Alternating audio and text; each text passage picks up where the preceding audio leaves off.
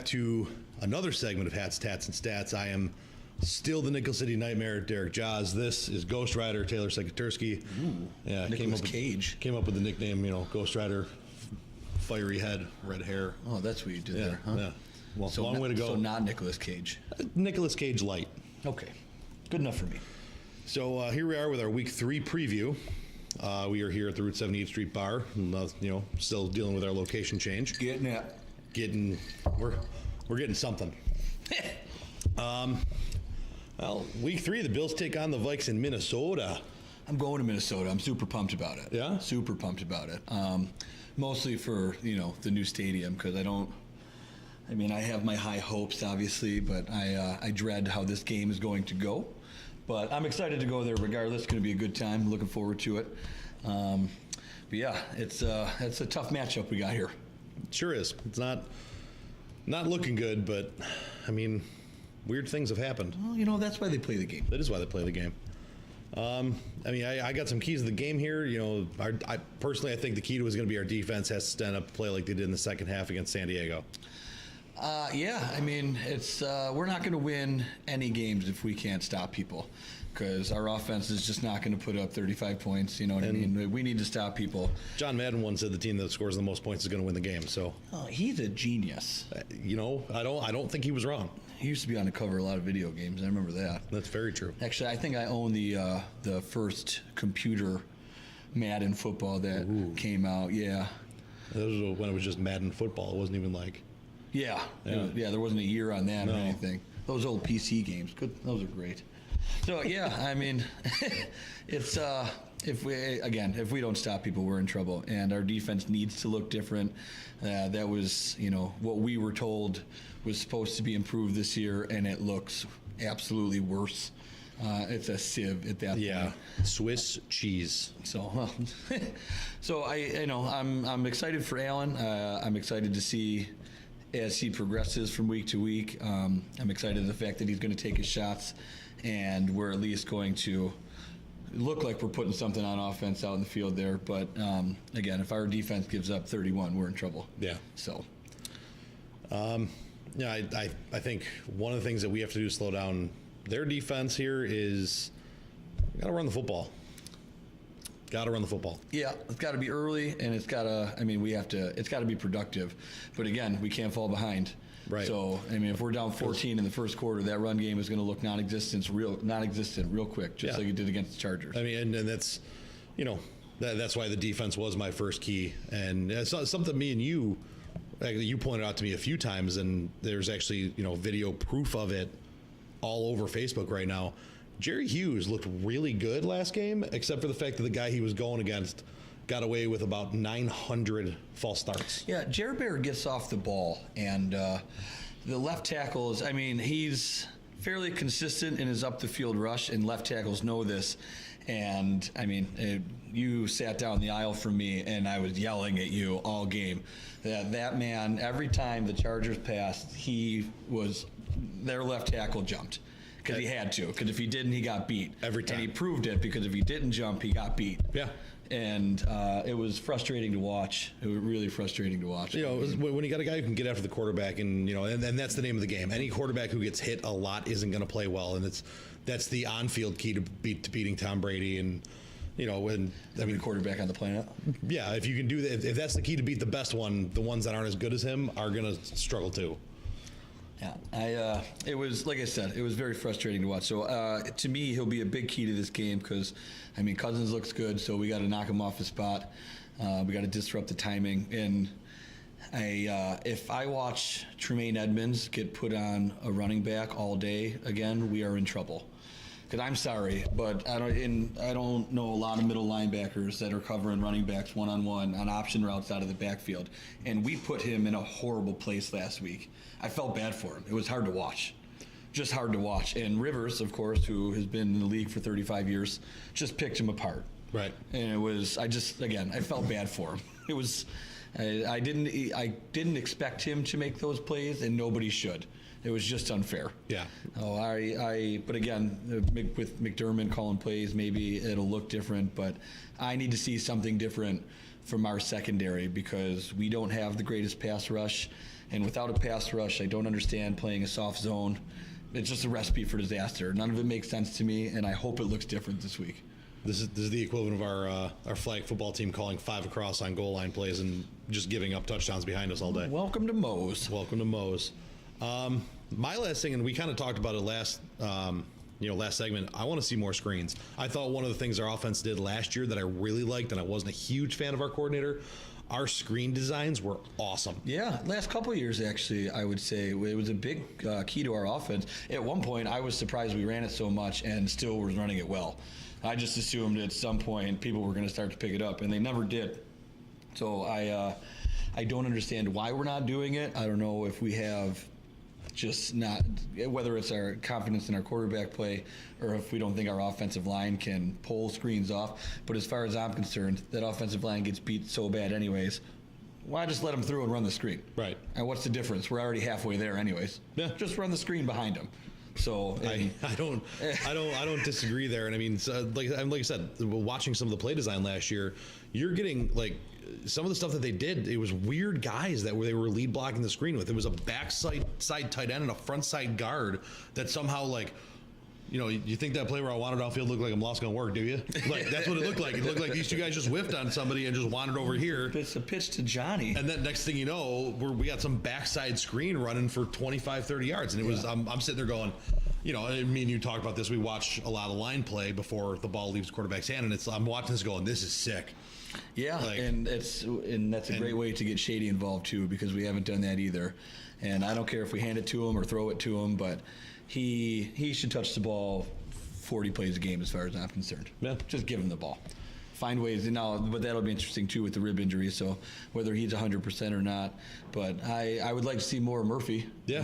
I like the way he runs the ball, and I think we, if McCoy's not 100%, we need to give it to him, let him run downhill.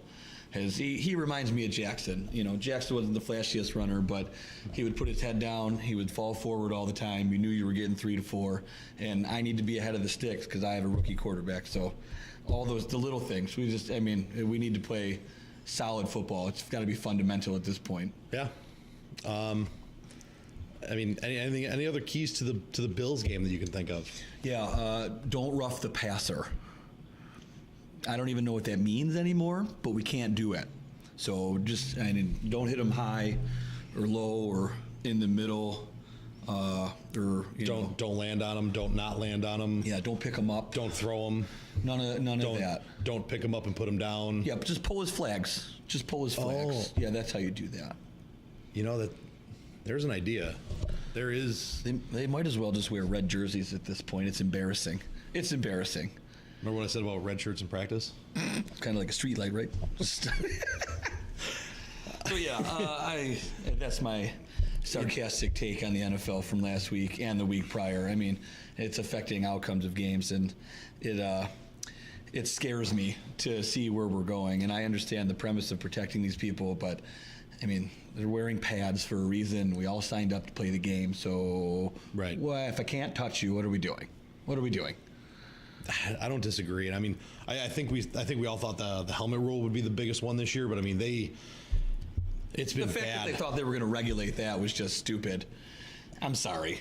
And I'm glad that it hasn't been over officiated. I think the calls that have been made in that regard, like the one on Cam Newton, that was pretty clear. That was dirty to me. I thought that was a good call. The one on Andrew Luck from Cincinnati, I thought that was a good call. So I think they're actually doing okay with that. Right. But this roughing the passer is just embarrassing. I mean, it's literally gotten to a point like 4 or 5 years ago we used to complain that as Brady's releasing the ball, some random arm, and it may not have even been a defender's, it could have been an offensive lineman, somehow grazes him. And they were throwing the flag, and we were like, "Oh, only Brady." Now it's every game, every quarterback. Back then, if Brady picked his own nose, they were throwing a flag. It was weird, but now it's everybody. We can't even single out Brady anymore. You can't touch anybody anymore. No, just don't touch him. And we saw a couple like real egregious ones in the preseason where a guy, full wrap up, helmet off to the side, goes down to his own knees first. Well, roughing the passer on a clean hit. Okay. It pains me to talk about. I'd like to move on now. Okay. before we get into our pick'ems, which we're going to do Jets, Browns, Bills, Vikes, Chargers, Rams, Pats, Lions, and the Steelers and the Bucks. Is there any other game in here this week that intrigues you? Yeah, the Saints and the Falcons. Two teams, 1-1. Fitzmagic looks like he's on a path to the Super Bowl, and he's on a path to something. But the loser of this game really finds himself in a rough spot in this division. So that'll be interesting to see who bounces back on this one. Because again, being 1-2, and if the Bucks win 3-0, you're in the hole early, and that's a crowded division. So sure is. I don't need a divisional loss that early. So that's going to be a big game for me. Otherwise, matchups. I mean, the primetime games are really the ones to speak of, I suppose, especially with tonight. Yeah. Which, I mean, if we're going to start this off, let's start this off right. Let's start it off with Taylor's lock of the week. Listen, get ready for it. Okay, take this to the bank. The Browns beat the Jets. Okay, lock of the week. Own that. I want to go against it because no, you can't. Just pick the Browns. You know you want to. It's the lock of the week. It's not even that I want to pick the Browns. I can't pick the Jets. I can't do That's it. Fair. This will be the second primetime game that I've bet against Sam Darnold. So first one didn't go well. What do you got for the second one? I think the Lions are a lot worse than I thought they were, and they proved that in week 2. So I don't think the Jets were as good as they looked week 1. I think they showed that against a better defense in Miami, and I think the Browns defense is better than Miami's defense. So I expect somehow, whether the Browns go for 2 every time or don't kick field goals and just throw, I don't care what they do, they find a way to win this game somehow. There it is. Somehow. Somebody needs those free beers in Cleveland to open that chest. I'm bringing it to you, Cleveland. Drew, this one's for you. Go Cleveland. So then we move on to the Bills Vikings, and I talked to somebody early in the week that said, our pick'ems aren't that great. I think I have 3 wins, you have 2, and your lock of the week is a lot better than our overall percentage, which is probably a good thing. But what do you want from me? One of the things that are you guys going to keep picking the Bills? Taylor, you picking the Bills here? Take that asinine question and piss off. The Bills beat the Vikings. What are we talking about here? I think the Bills beat the Vikings in dominant fashion. I think this is going to be that trap game that everybody talks about. I think the Vikings are looking beyond the Bills like it's a foregone conclusion, and I think Bills take win.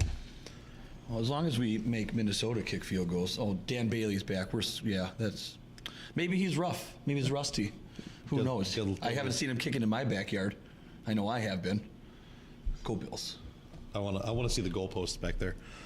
4 p.m. game, Chargers and Rams. We just saw the Chargers come off a win in Buffalo. The Rams have looked pretty good, but there are a lot of people are saying this is the first time they're actually going to be tested by a good offense to see if that defense is as good as advertised. That defense is as good as advertised. That's a laundry list of stars on one side of the football. That's just scary to look at. I would not want to be Phillip Rivers looking across that line of scrimmage. No. Yeah, I guess this is the easy pick, but it's an easy pick for a reason. The Rams win this game. There's not enough firepower in the Chargers lineup. The Battle of L.A. goes to the Rams. Yeah, I don't disagree with you. This may be a boring week of pick'em because we may go. Nothing boring about it when the Bills win. Okay, it's not boring. You're right. Knock it off. You're right. I'm just saying boring standings wise.